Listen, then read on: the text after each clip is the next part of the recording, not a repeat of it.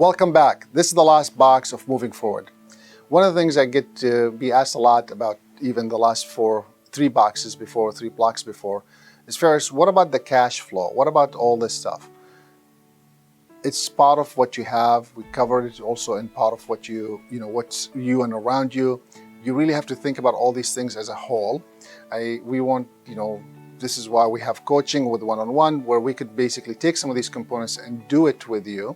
But in the meantime, you could do this on your own. So sure, cash is part of what your resource that you have, and you should think about it. So I encourage you to go back and write it down as part of the resource that you have and what you could do to leverage it, what you could do to offer it. Obviously, you don't want to offer cash, but you could offer new product or service with the cash that you had to leverage, and then think about what you could pilot with it. One example I will say is somebody had some cash reserved in their account, and they were able, because of it, to leverage it to get more cash to keep their business going. And a lot of times in these tough times, you do need more, I'm going to call it runway, cash flow for runway, because more cash might not be coming as fast as you want it to be, and you want to make sure that you're able to afford what you have so you could offer new product or services without losing that. So that's important. So let's talk about the moving forward.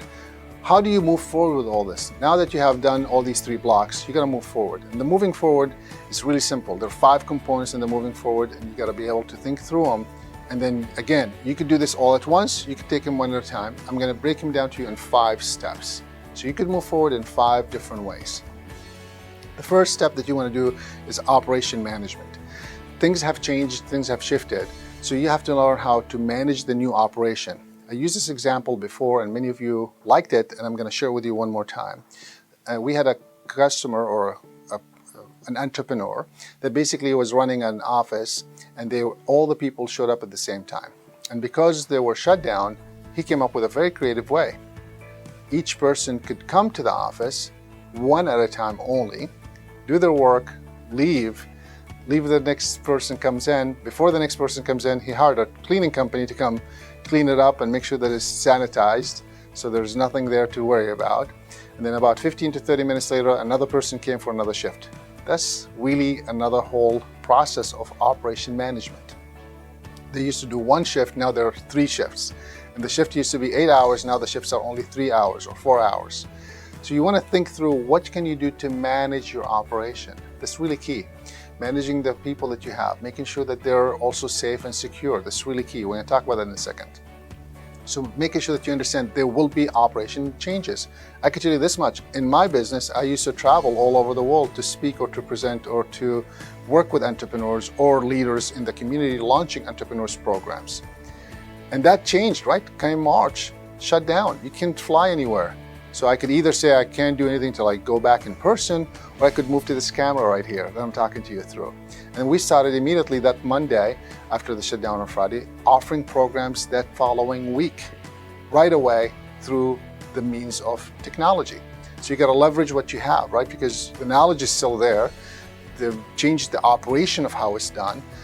New costs might be accumulative, or new costs might occur, but you need to learn how to move forward with what you have. So manage your operation.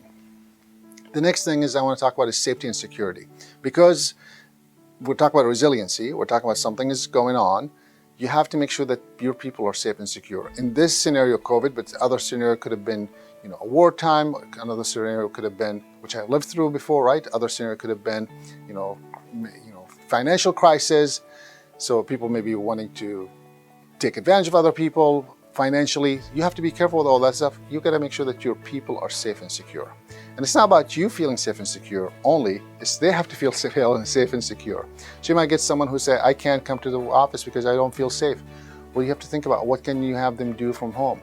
Can you have them do anything? Think about how you could leverage their skills, right? Maybe they could do something different for you. Maybe they are willing to do something different for you than what they used to do. So think about that. Safety and security becomes really important when you are being resilient, all right? That's the second step. The third thing I'm going to talk about is time management. You got to be really, really, really sharp about managing your time, because now time is fluid. I used to teach people, we used to go to work, now we live at work, right? Because you're at home and you work from home. Now, some people might have done this before and they're comfortable doing it. Well now, but no longer going around, that could change things. you got to learn how to manage your time. You got to learn how to manage your staff time. You got to learn how to manage the work that you have to go through, the load work that you have as well. All of these things has to be managed through time management. So that's the third component. Make sure that you learn how to manage your time differently than what you used to do. So setting up times for yourself to do what you need to do. One example I used earlier, if you remember through me and around me, said maybe that room used to be an office, now you convert it to a bedroom because you need some place to rest or you need some place to do something different than just work. You have to think through that. I can't tell you what to do. I'm going to share with you what you could be thinking about for you to do what you need to do. The last two things are really simple. It's communications both internally and externally. Making sure that your staff and your partners and your team is well communicated with becomes a key. It's not an easy task because now, remember, everyone's pulling you from different directions and everybody thinks that you may have more time because you're not driving somewhere. For those who I work with, leaders and entrepreneurs, specifically in underserved or underrepresented groups, it's the opposite happened. In these kinds of times, more pressure is on them to perform more, so they're working more hours, they're performing more. So therefore, while somebody might be thinking you have more time, we all know that you have less time because you're now working more. Most people were working maybe 8 to 10 to 12 hours a day. Now they're working 10 to 12 to 14 to 16 hour days. So you just make sure that you understand that you're communicating as much as you can with your team, so therefore they know what's happening. The other thing is communicate with the external. And we saw many wonderful examples of that. Some of the restaurants are putting pictures of their pizza, going to the oven and saying the only time that this pizza will touch anyone's hand is when it touches your hands. And then they'll have few pictures, like 3 to 4, showing it going to the oven with a little handle so no one's touching it, coming out with a handle again, no one's touching it. And we all know it's 350-degree oven, so anything would have been there would have been killed if there was any bacteria. And then someone's cutting it with with another tool, so no one's touching it yet. It gets boxed up and it gets handed to you, and it shows someone eating the pizza and enjoying. Use that kind of knowledge to apply it to your business. Now I'm using this just during this scenario, but this could be applied to your car. This could be applied to car washes. This could be applied to service industries. Show that you are taking these things seriously. Now I'm using this as an example for COVID, but this could have been an example for during wars. Could be an example during economic tough times. How do you make sure that people feel communicated to and that you understand where they're coming from or what they're facing? So do it both internally and externally. That's it. You've gone through the process. Now I know we might have think first, this has been like an hour or so, this needs a lot more. And the truth it does. And this is why we've broken up this canvas for you in 5 weeks. Because you do need the time to process the information. You do need the time to exchange the information with a coach. Of course, we'd love to have you to work with you in the coaching session, but in the same time, you could just do this on your own.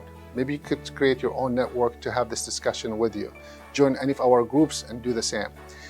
Follow these processes, follow this canvas, and you could exactly learn how the resilient entrepreneurs keep going. And you might have done this before yourself, not knowing and not being aware. And hopefully this will put a framework for you and a reference for you to keep going. Thanks for joining us, and see you soon.